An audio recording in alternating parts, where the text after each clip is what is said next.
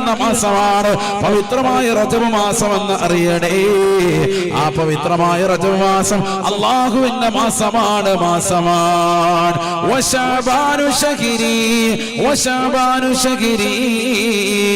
പവിത്രമായ ശഅബാൻ മാസം അത് എന്റെ മാസമാണ്, എന്റെ മാസമാണെന്ന് നബിയുനാ റസൂലുള്ളാഹി.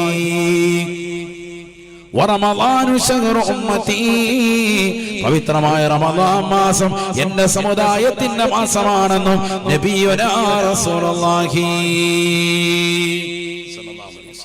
അല്ലാഹു നമുക്ക് അമൽ ചെയ്യാൻ തൗഫീഖ് നൽകട്ടെ.